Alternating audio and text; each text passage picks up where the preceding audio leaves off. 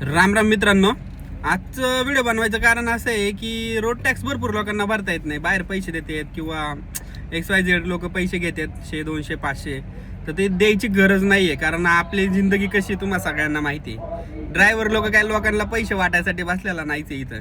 त्यापेक्षा एक काम करा, मी तुम्हाला एक व्हिडिओ बनवून देतो आणि तुम्ही बघा. त्याच्यातनं काय तुम्हाला कुणाला पैसे द्यायची गरज आहे, तुम्ही स्वतः पण बनवू शकता. एकदम सोपी ट्रिक आहे, बघा व्हिडिओमध्ये. आता बघा मी काय करतोय. आपल्याला गुगल ओपन करायचं आहे, Chrome, road tax in Maharashtra.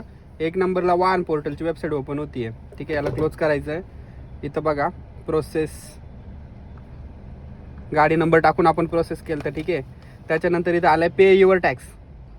ठीक आहे, गाडी नंबर मागायला आता MH14 3620. ठीक आहे, आणि आता तिथं तुम्हाला चेसी नंबरचे शेवटचे 5 आकडे मागणार तो. ठीक आहे, आता हे बघा जशी साईड ओपन होते. एकदम सोपं आहे. त्याच्यानंतर हे तुमच्या चलानचं इन्फॉर्मेशन देईन, पण त्याला नुसतं प्रोसेस करा. त्याचा काही एवढा विषय नाही. काही लोकांचं असं म्हणणं आहे की रोड टॅक्स भरण्यासाठी चलान पे करावं नाही लागा. काही चलान बिलान पे करायची गरज नाही आहे. ठीक आहे, त्याच्यानंतर आता बघा खाली स्क्रोल करायचं. इथं येतं बघा yearly, quarterly, monthly, life time किंवा BI मंथली. तर आपण कोणतं करणार, समजा इयरली घेणार.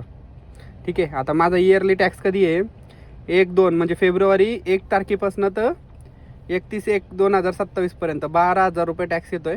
ठीक आहे, हे 12,000 कारण माझी इर्टिगा आहे त्याच्यामुळे. इथे बघा पेमेंट, इथं हे करून कन्फर्म पेमेंट करायचं.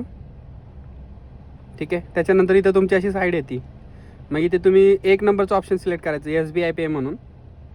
नंतर खाली स्क्रोल करायचं, ॲग्री करायचं आणि इथं कंटिन्यू करायचं. ठीक आहे, त्याच्यानंतर आता हे तुम्हाला ऑप्शन देणार. मग याच्यामध्ये तुम्ही कोणतं ऑप्शन घेणार, UPI गुगल पे, फोनपे. आपण काय करायचं, मोस्टली तुम्हाला सांगतो UPI घेत नका जाऊ. इथं बघा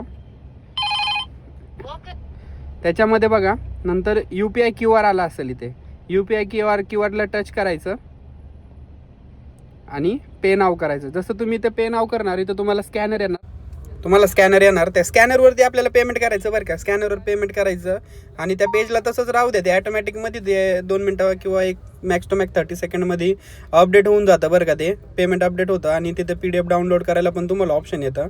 काय प्रॉब्लेम आलाच किंवा काय असलं तर नक्की मेसेज करा, मी नक्की हेल्प करेल. जय श्रीराम मित्रांनो, भेटू पुढच्या व्हिडिओमध्ये.